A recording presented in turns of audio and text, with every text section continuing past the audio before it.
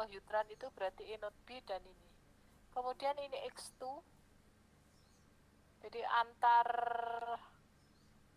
Utran itu bisa komunikasi menggunakan X2.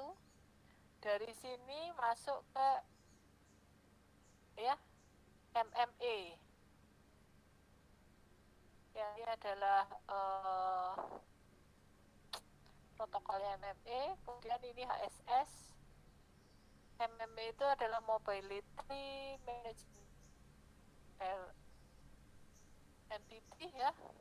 Kemudian dia menggunakan S11 untuk serving gateway, kemudian S5 untuk PDN gateway, kemudian masuk ke sini policy PCR FC atau ke internet atau AMS ya.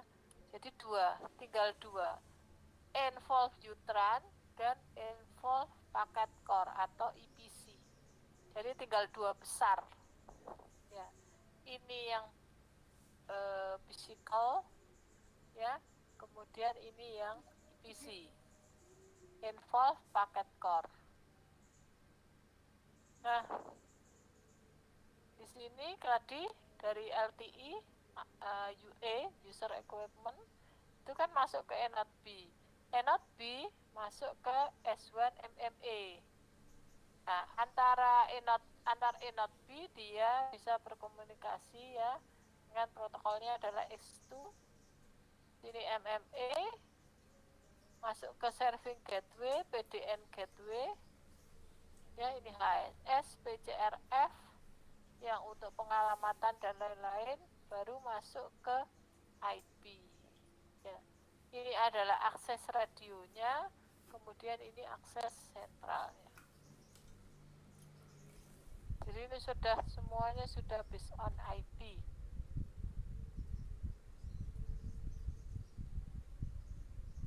Nah, tadi UA atau user equipment adalah perangkat komunikasi untuk pengguna, HP, PDA gitu ya. E not B atau involve not B adalah antarmuka jaringan LTE dengan pengguna. Kelebihan E not B mampu melakukan fungsi kontrol sambungan dan handover sehingga pada LTE tidak diperlukan lagi. Jadi dia adalah antarmuka jaringan LTE dengan pengguna. Nah, di situ untuk kontrol sambungan dan handover sudah bisa dilakukan di E not B. Ya, kalau sebelumnya harus dilakukan oleh RNC, ini sudah bisa dilakukan oleh E not B sendiri. Kemudian ini adalah bagian sentral atau SAE, System Architecture Evolution. Itu terdiri dari SGW, Serving Gateway, SGW bertugas untuk mengatur jalan dan meneruskan data berupa paket dari setiap UA. SGW bersama dengan SGSN berfungsi untuk menghubungkan dengan teknologi 3GPP yang lainnya seperti GPRS, GSM, dan radio akses, dan UMTS ya, Utran. Kok di MMS namanya Utran, kalau di LTE namanya Utran karena sudah involve jadi satu. Nah, PGW paket data network gateway bertugas untuk mengatur hubungan jaringan data antara UA dengan jaringan data lain di luar 3GPP seperti WLAN, WiMAX, CDMA1 2000 ya, kurang 0 2001X dan F2. MMA atau Mobility Management Entry sebagai pengatur utama setiap bagian LTE atau SAE. Pada saat UA tidak aktif, MEE bertugas melacak keberadaan pelanggan dengan tracing dan paging. Saat UA aktif, MMA bertugas memilihkan SGW untuk komunikasi.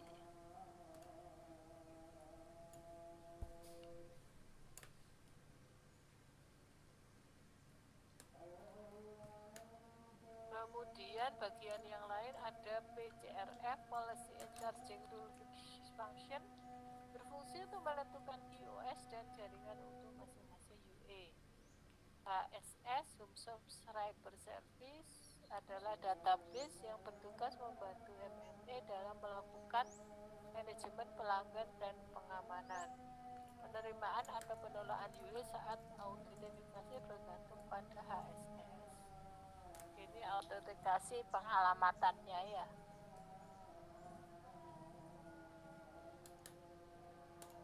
Oke, sampai sini barangkali ada yang mau didiskusikan sebelum saya lanjut. Hari ini akan saya habiskan sampai LTI ya. Jangan khawatir, ini ada 60 kayak slide-nya, nanti bisa dibagi 3 atau dibagi 2. Mari. Ya. Itu kan di beberapa tampilan mobile itu ketika sedang mengakses internet itu di atas ada notif FOLTI. Nah, sebenarnya FOLTI itu termasuk FDD-LTI atau TDD-LTI, Bu? Atau ada penjelasan lain tentang FOLTI? Oke. Jadi sebenarnya LTI itu kan dibangun based on IP ya, IP base kan gitu ya. LTI sebenarnya itu adalah paket switch ya. Dia adalah paket switch. Jadi dia benar-benar sudah paket switch. Nah, padahal kebutuhan kita itu kan sebenarnya tidak hanya paket switch ya. Kebutuhan kita kan juga voice ya. Sehingga dibangunlah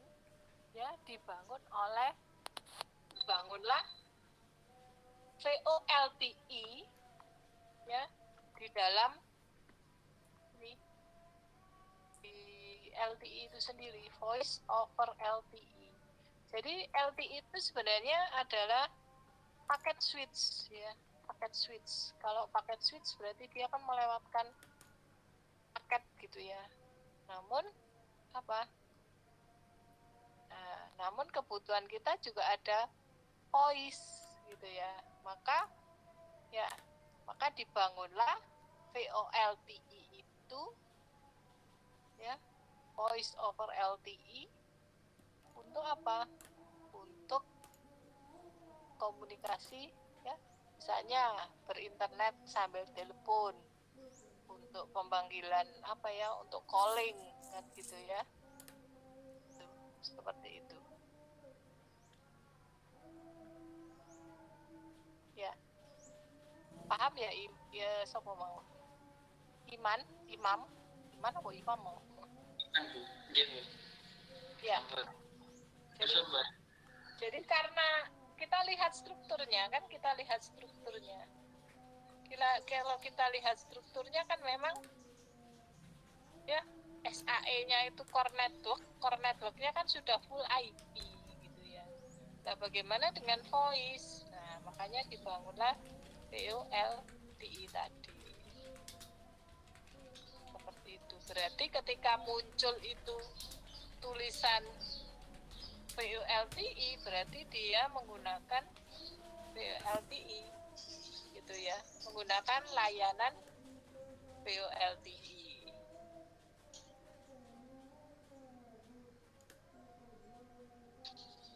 VoLTE pun ini sebenarnya baru 2016 ya, baru 2016.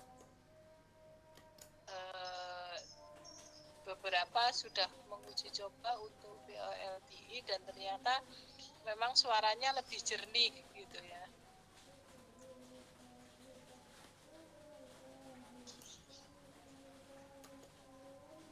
Jadi untuk meningkatkan layanan voice sebenarnya VoLTE.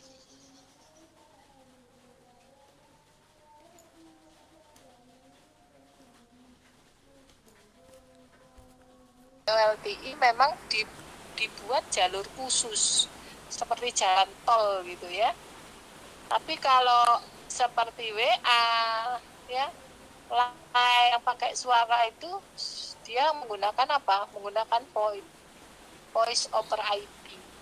Nah, kalau kita tahu VoIP itu kan seperti jalan biasa kan. Jadi seperti jalan raya biasa yang di situ kan mau macam-macam kendaraannya ya.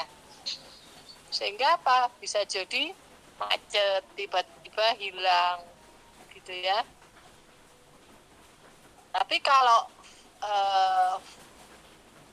VoLTE ya, ibaratnya dia seperti jalan tol. Ibaratnya seperti jalan tol, sehingga di situ suaranya biasa lebih jernih, gangguannya jelas berkurang. Jadi prinsipnya VLTE dan VoIP itu sama, melewatkan suara via data gitu ya. Hanya bedanya yang satu punya jalur khusus, yang satu pakai VoIP biasa. Itu bedanya cuma itu ya. Jadi itu jalur khusus. Dulu yang pertama melonsing itu punyanya Smartfren ya, tapi sekarang Telkomsel pun sudah menggunakan sudah memanfaatkan VoIP. Dulu yang LTE maksud saya. Dulu yang pertama itu Smartfren. Ya.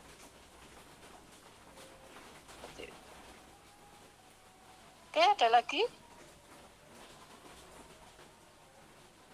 Wah, berarti sudah ini ya, kelihatan ya kamu untuk LTE-nya. Malah saya jarang memperhatikan.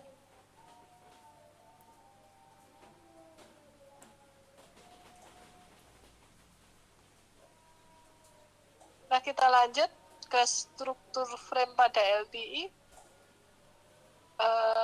Pada komunikasi pakai data itu dikenal adanya frame.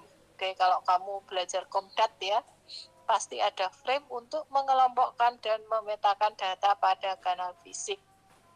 Frame pada LTE mempunyai durasi panjang sekitar 10 milisecond. Frame tersebut dipecah menjadi 10 subframe dengan panjang 1 milisecond. Setiap subframe terdiri dari 2 slot yang disebut sebagai resource block. Ya, jumlah resource block bergantung dari jumlah bandwidth. Setiap resource block, RD itu resource block ya, yang panjangnya 0,5 milisecond terdiri atas 7 simbol yang terbagi dalam 12 subkarrier yang memiliki lebar 180 kHz. Satu simbol subkarrier OFDM memiliki panjang 0,714 milisecond dan lebarnya adalah 1,5 kHz. Ini struktur frame data pada LTE. Jadi, ya, ini antara komunikasi antara UA, user equipment, dan Node B itu terdiri dari frame-frame yang panjangnya adalah 10 milisecond.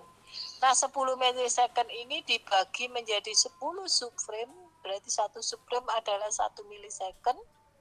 Kemudian satu subframe itu terdiri dari 2 time slot. Ya, time slot 1 dan time slot 2 yang panjangnya adalah 0,5 milisecond. Nah, 0,5 milisecond ini nanti dibagi lagi di sini satu time slot 7 OFDM simbol. Di mana simbol yang pertama itu yang di sini adalah CP. CP adalah cyclic prefix ya. Ada yang 7 FDM untuk normal CP dan ada yang 6 FDM untuk extended CP. CP itu cyclic prefix, jadi dia menambahkan kode di depannya sehingga tahu ketika CP-nya ini miliknya siapa gitu ya. Nah, ini tadi resource block tadi, ini frekuensi, ini time. Maka satu slot tadi itu kan 0,5 milisecond, itu terdiri dari 7 simbol. Yang mana berarti ada 12 subkarrier. Berarti one resource element, satu resource block itu terdiri dari one resource element di resource block ya. Satu ini tadi kan berapa? 12 subkarrier ya. Itu besarnya adalah 0,714 milisecond. Dengan lebar kanalnya adalah bandwidthnya adalah 15 kHz. itu untuk satu simbol. Nah, struktur frame pada LTE itu berbeda antara time division duplex TDD dan frekuensi duplex. Ya, jadi LTE itu menggunakan TDD dan FDD. Untuk mode FDD, karena ada persyaratan yang berbeda untuk memisahkan data yang ditransmisikan. Jadi strukturnya LTE itu ada dua, menggunakan FDD LTE dan TDD LTE. Tipe 1 untuk struktur frame FDD, karena tipe FDD adalah sistem duplex penuh, duplex ya, berarti baik transmisi downlink dan uplink terjadi pada waktu yang sama pada frekuensi yang berbeda. Jadi FDD ya, frekuensi division duplex gitu ya. Berarti dia kalau FDD maka downlink dan uplink terjadi pada time yang sama namun frekuensinya berbeda. Ya. Jadi time-nya sama, frekuensinya berbeda. Itu yang FDD. Ya, frame 0 sampai frame 3 dan seterusnya, satu frame 10 milisecond. Ya. Jadi sama. Jadi waktunya sama namun frekuensinya yang berbeda. Itu adalah FDD. Kalau TDD itu kan terjadi di domain waktu. Berarti pada suatu saat ya, pada saat downlink supreme ditransmisikan atau pada saat uplink. Jadi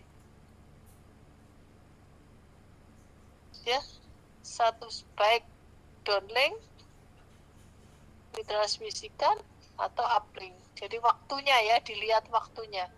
Satu frame dibagi menjadi 10 subframe, masing-masing adalah 1 milisecond, dan subframe itu dapat berupa downlink, uplink, dan subframe khusus. Jadi downlink uplink untuk frekuensi F1, jadi kalau TDD itu frekuensinya sama namun waktunya berbeda. Bisa uplink dulu atau downlink ya. Seperti itu. Kalau FDD tadi kan waktunya sama untuk uplink dan downlink namun frekuensinya beda, nggak masalah ya. Tetapi kalau TDD karena frekuensi yang dipakai sama berarti time-nya nggak boleh sama. Gitu ya, paham ya? Karena waktunya sama berarti frekuensinya nggak boleh sama. Itu untuk yang FDD. Kalau TDD karena frekuensinya sama berarti waktunya nggak boleh sama. Waktu apa? Antara uplink dan downlink.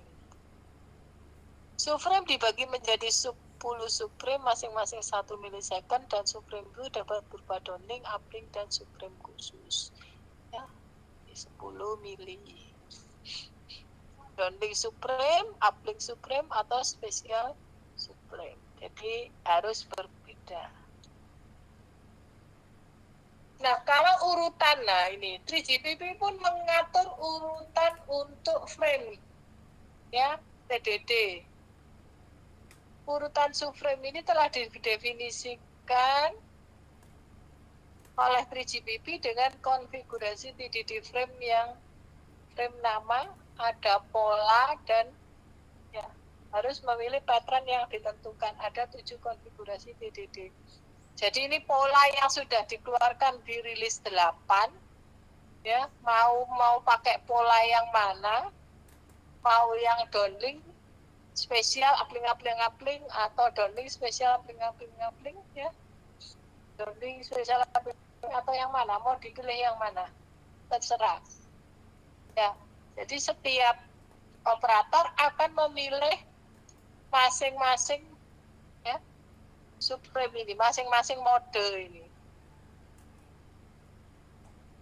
Nah, ada subframe khusus yang datang ketika transisi dari subframe downlink ke subframe uplink. Ini memiliki 3 bagian: downlink pilot time slot dan guard period, uplink plot time slot, dan semua ini memiliki panjang yang dapat dikonfigurasi yang tergantung pada konfigurasi. Ini konfigurasinya.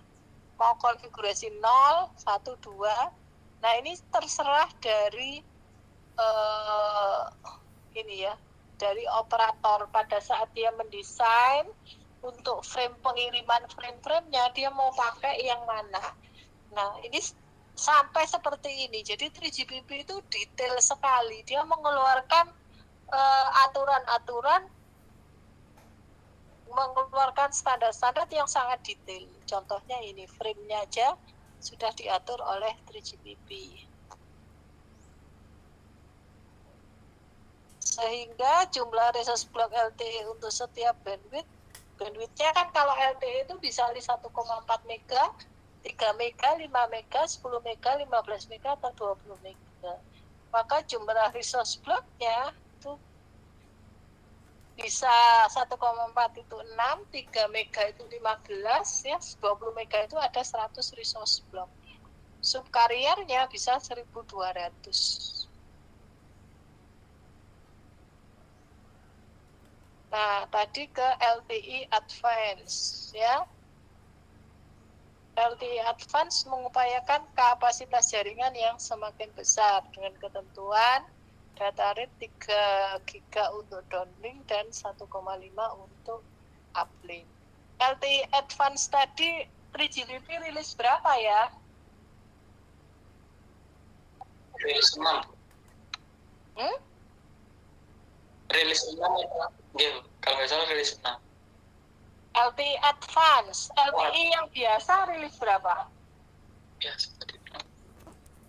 Ayo. LTE ya, jadi resource block-nya semakin besar. Nah, ini adalah single RAN. RAN itu radio access network ya, radio access network. Jadi di sini kalau WCDMA itu seperti ini ya.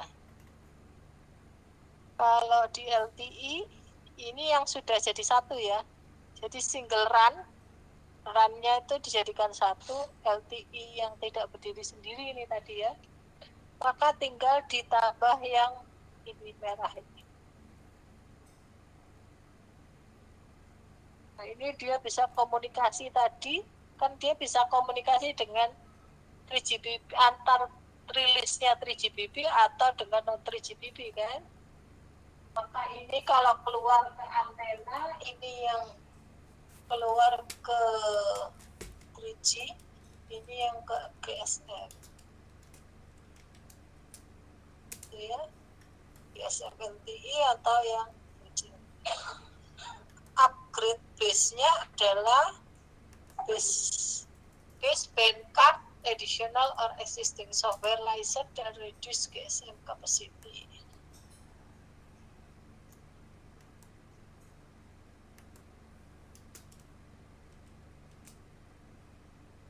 Merah itu 2100 ya. Di ini 2000, ini 900, berarti GSM ya. Ini 1800, bisa 3G, bisa LTE ya.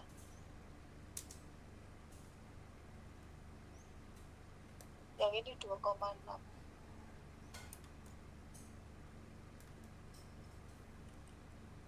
Ini contoh Enot B, slot-slotnya. Jadi Enot B itu tinggal ini ya, jadi kayak kabel, tinggal klik-klik, tancap kemana ya. Kemudian ini adalah 3 kali 20 mega. Tadi LTE kan 20 mega ya bandwidthnya. 2R 2TR typical configuration. Ini contoh di Enot B. Enot B itu ya cuma kotak gini nih ya. Jangan keliru dengan tower gitu ya. Yang di atas itu antena, bukan Enot B. Nah, ini kabel connection ya, tinggal mengkoneksikan seperti ini aja. Nanti contohnya di lapangan seperti ini.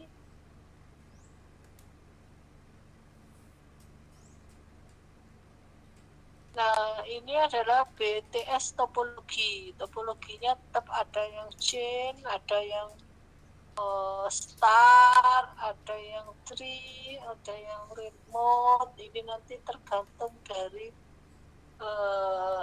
yang mendesain gitu ya.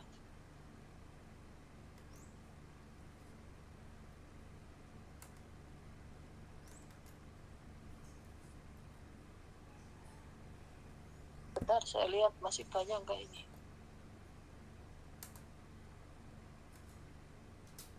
Oke, dikit lagi. Saya lanjut aja ya, dikit lagi.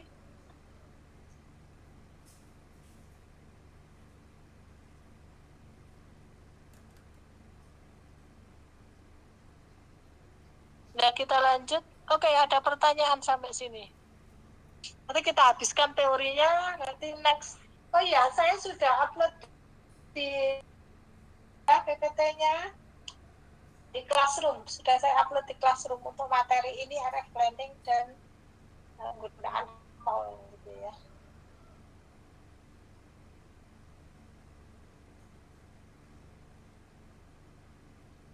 Ada yang mau didiskusikan?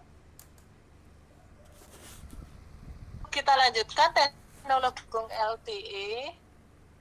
Itu ada yang kita sebut sebagai physical layer. Ya, di physical layer LTE itu dupleknya dia pakai FDD dan TDD. Channel bandwidth-nya ada antara 1,25 tadi adalah 1,4 ya biasanya sampai 20 mega. Modulasinya bisa QPSK 16 QAM, 64 QAM. Multiple aksesnya itu bisa downlink UOFDM atau uplink SCFDM. TDMA frame duration-nya adalah 10 milisecond dengan 1 milisecond supreme. Number simbol per frame-nya ada 140, supreme spacing-nya adalah 15 kHz. Simbol duration-nya 66,7, cyclic traffic-nya adalah 4,69 mikrosecond ya, 16,67 mikrosecond. Multipath mitigation-nya adalah OFDM atau cyclic traffic. Cannot be synchronization itu adalah frekuensi FDD TDD. Time-nya adalah TDD MBSF. Forward error correction adalah sepertiga convolution dan turbo code ya. Itu untuk error correction-nya. Untuk MIMO-nya adalah MIMO 2x2 dan 4x4. Nah, ini multiple access OFDMA. Ini kalau belajar tentang OFDM bisa satu semester sendiri ya. Yang penting kamu tahu bahwa teknik multiple access-nya ya itu menggunakan OFDMA. Jadi ini subkariernya, kemudian ini user 1 diselipkan di sini, user 3, kemudian user 2, user ini ya. Nah, ini di bandwidth yang 20 MHz tadi, maka usernya itu diselipkan ke sini. Radio access evolution ya, ini FDMA. Kalau FDMA kan gini ya, ini frekuensi, ini power, maka dia gini. Kalau TDMA time ya, berarti frekuensinya sama, time-nya berbeda. Kalau FDMA kan frekuensinya yang berbeda. Kalau CDMA, nah ini dia pakai code. Ya, CDMA 3G pakai code. OFDM gini, OFDM itu time juga, frekuensi juga. Ini kan gini ya, ini yang frekuensi, yang ini time. Dia pakai subkarrier. Ya, ini OFDMA, LTE dan WiMAX. Ini lebih lagi ya. Jadi dibagi user A, user B, user C ini ya. OFDMA, resource allocation time frekuensi. Ini time, ini frekuensi, ini resource elemen. Ini subkarrier asingnya. Tadi 15 kHz ya. Ini saya jelaskan. Yang penting kamu sudah mengetahui gitu ya. Kalau mau mengupas ini nanti bisa 1 semester sendiri ya. Yang penting kamu tahu bahwa kalau di LTI pakai OFDMA untuk multiple aksesnya, cara mengaksesnya gitu ya. Jadi di sini kalau ini yang 3 mega, ini yang 5 mega, yang 10 mega gitu ya. Nah, untuk SCFDMA, untuk memfasilitasi desain power amplifier pada UE, 3GPP memilih single carrier frequency division multiple access SCFDMA untuk uplink dan multiple access ya. Ya. Di sini kenapa? Karena SCFDMA memiliki PAPR. PAPR itu adalah power ratio ya, power ratio. PR-nya power ratio. Ya, di sini dia memiliki PAPR yang lebih baik. Mengurangi PA itu power amplifier. Ya, back off sehingga meningkatkan coverage. Jadi back off itu mengecil gitu ya, mati gitu ya. Sehingga dia coverage-nya bisa lebar. Nah, SCFDMA itu merupakan skema ortogonal multiple access. UE ortogonal pada frekuensi, sinkronus pada time domain, digunakan pada time advance signaling. Gitu ya. Kalau ini dilihat UE A, B, C, maka dia bisa berkomunikasi pada saat yang sama. Nah, untuk antenanya tadi menggunakan MIMO ya. Bisa MIMO 2x2. 2x2 itu artinya TX-nya 2, RX-nya 2. Gitu ya. Itu adalah 2x2. Kalau 4x4 berarti TX-nya 4, RX-nya 4. Gitu ya. Jadi dengan adanya MIMO ini bisa lebih banyak. Ya, kalau ini gagal bisa dari sini. Kalau ini gagal, dia bisa dari sini, gitu ya. Kemudian teknik multiple antena pada LTE ada SU MIMO, ya. Kemudian ada MU MIMO atau beamforming, dan ada transmit diversity. Transmit ini bisa dipilih sinyal yang terbaik, ya, sinyal yang terbaik yang akan diambil. Kemudian teknik multiple antena juga untuk downlink. Nah, kalau LTE untuk downlink itu biasanya pakai SU MIMO, MU MIMO, dan TX diversity. Tetapi kalau untuk uplink, initial release LTE does only support MU MIMO within single transmit antenna at the UA. Ya. Jadi tidak support ke MU MIMO kalau yang uplink. Jadi kalau downlink semua bisa, kalau uplink kecuali MU MIMO. Nah, di sini adalah LTE physical channel, ada downlink, ada uplink. Ini physical channel ya. Nah, nanti masing-masing physical channel ini yang mengontrol ya komunikasi, baik pertama ada permintaan seperti apa, itu yang mengontrol semua adalah physical channel, baik untuk downlink maupun untuk uplink. Itu ya. Nah, kita lanjut untuk spektrum frekuensi. Nah, spektrum mobile ya untuk regional mainstream HSPA dan LTE Indonesia itu di mana nak ini? Nah, ASPAK ya.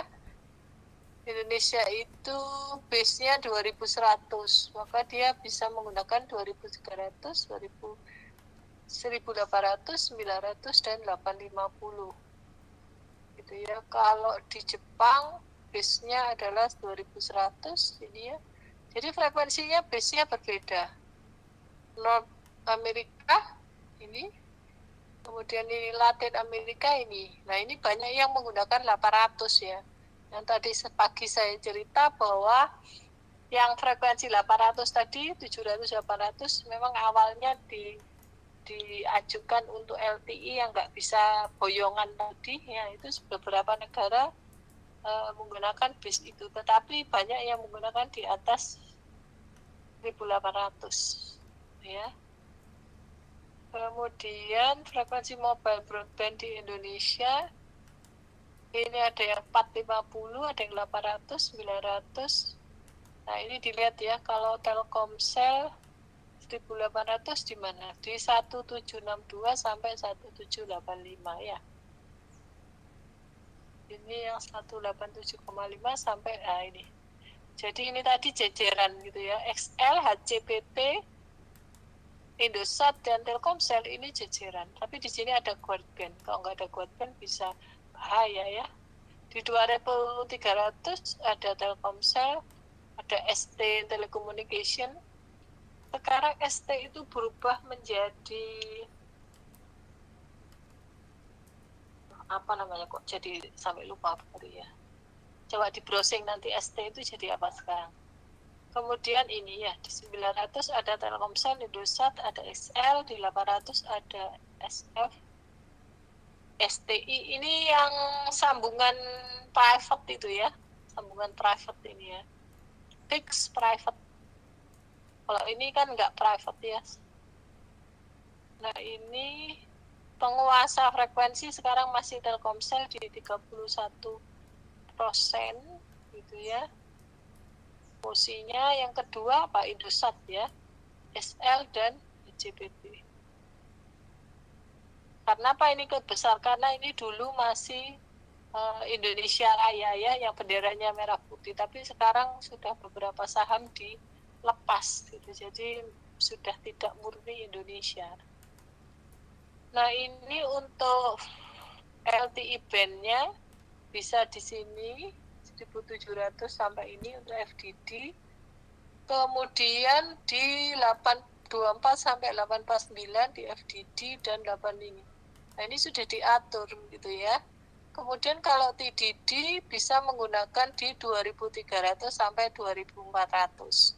Jadi dilihat nanti misalnya LTE-nya menggunakan frekuensi berapa gitu ya. Oh berarti dia menggunakan TDD, berarti dia menggunakan FDD. Itu bisa dilihat di frekuensinya ya. Oke, materinya saya selesaikan sampai di sini. Ada yang mau ditanyakan barangkali?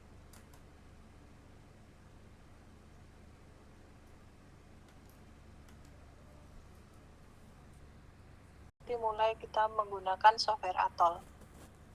Ya, dalam 3 minggu ini mungkin kita masih membahas berkutat tentang teori, karena kamu harus paham juga tentang teorinya. Gitu ya. Oke, ada yang mau ditanyakan?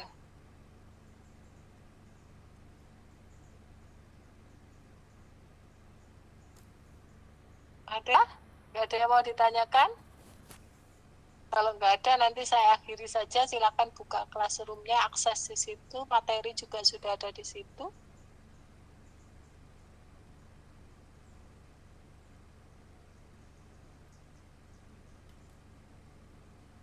Oke ya, kalau nggak ada yang ditanyakan, saya akhiri untuk hari ini. Silakan mulai bekerja di membuka classroom dan melihat tugasnya. Kita ketemu lagi minggu depan ya, di hari dan jam yang sama. Mohon maaf kalau ada kekurangan dan kesalahan. Terima kasih untuk kehadirannya. Assalamualaikum warahmatullahi wabarakatuh.